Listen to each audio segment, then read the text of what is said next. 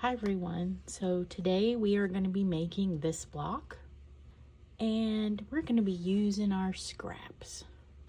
This is all what was laying on my table, and I also have out my 2-inch bin. All of these can be put to use and we are going to do that today. So this block will require 2-inch squares, 2-inch strings, and 3.5-inch squares. It will require lots and lots of neutrals, and your squares probably need to be darker than lighter. So if you have any yellows, I don't recommend using yellow unless it's really bright, maybe like this one. So you take your 2-inch strings and you cut them down to 3.5 inches.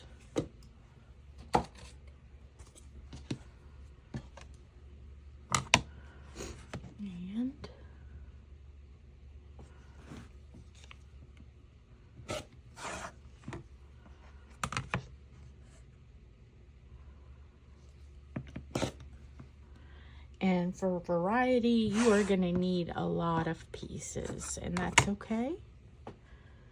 If you do not have a lot of neutrals, there are always options to find a neutral layer cake. There are great options for that. So I have laundry basket quilts, and I have this layer cake that would easily cut down to 3.5-inch squares and 2-inch strips for this quilt I'm making. The great thing about scrap quilts is I can add fabric to it at any time. So if I deplete all of these 3.5-inch squares, I can come back and add to it and you'll never know. For each one of the blocks, you will need 4 3.5-inch squares, 8 2-inch by 3.5-inch strings, and 12 squares, all variety.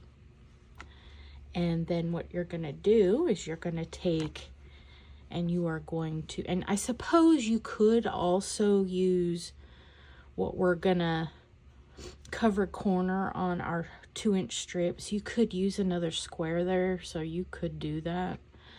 I'm going to use up my smaller bits and bobs of fabric, so I am going to take this and I'm going to do a covered corner, and for every one of these I want to do an opposite one. So if I'm pairing up with this one, I am going to cover corner this one, and all of you know that you can draw a line from corner to corner, here to here for this one.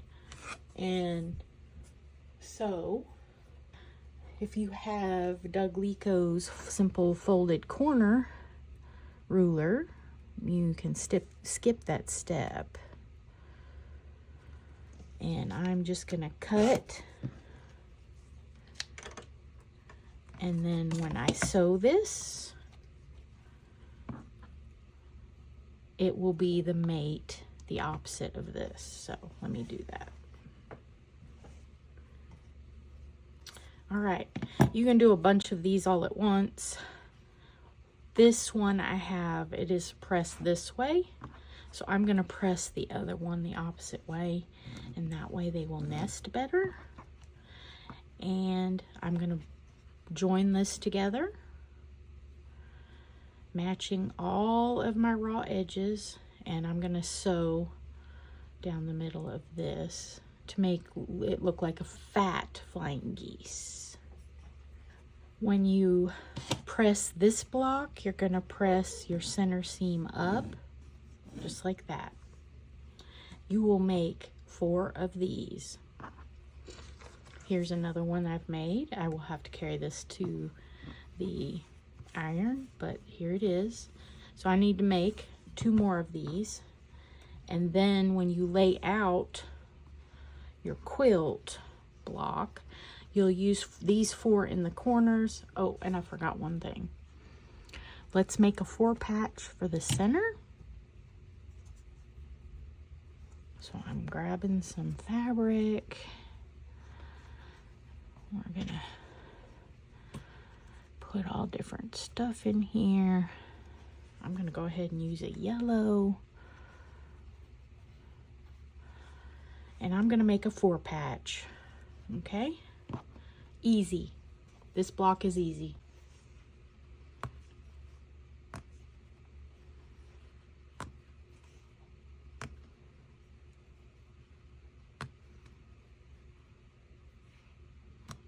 When you press your 4 patch, you're gonna press your darkest up, and then when you nest them, you will feed it through the machine like this, and because you have this seam butted up against this seam, it will not scoot. Pair them up.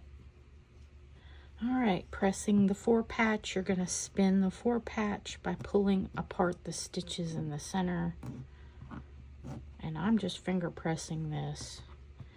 And like I said before, you press all of these up.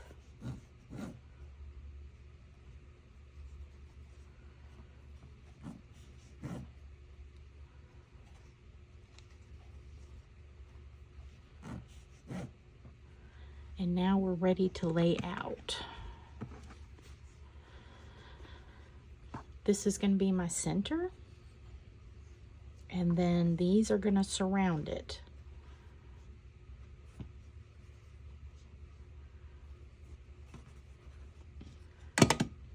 And notice I have not ironed anything yet. I will iron all at once. And now I will select my 4 corners. I want a great variety, so I try not to put all of the same neutrals in one block.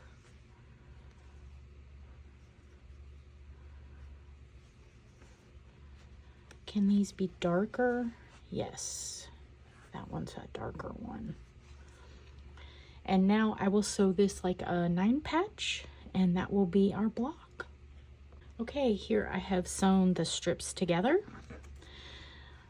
The top and bottom, you're going to press out towards the blank square. Okay. On the 4 patch, you're going to press in. And then all of these seams will beautifully nest. And I'm going to go ahead and pin right at that junction.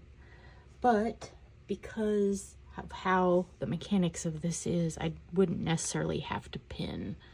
But I'm making a video, so I'm going to pin. Okay. And we nearly have this star block done.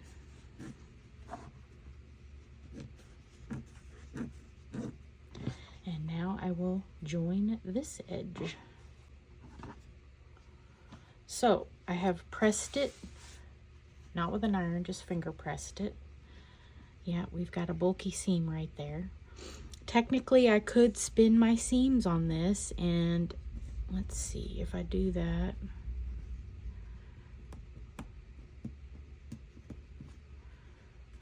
It makes bulky seams right here. That's why I'm not doing it. So now you're only going to have one bulky seam. And the benefit of this block is if anything got wonky, you can take your ruler and trim it down. And let's see, what are we measuring? We should measure 9.5. I'm just shy of 9.5. I'm okay with that. But you would be able to trim this down if your pieces were big or wonky, and you are not going to lose any points or any precision. That is the great part about this block. All right, let's go to the design wall. Okay, here we are. As you can tell, I've used yellow on some of my points. So right there and up there.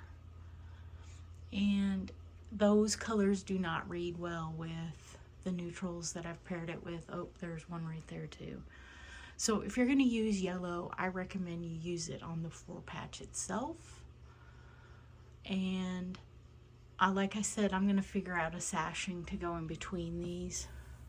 I don't know what sashing yet, but this is a great scrap buster pattern, and I guess I'm going to call this Scrappy Stars. Easy. You just need lots of scraps. Thanks for watching.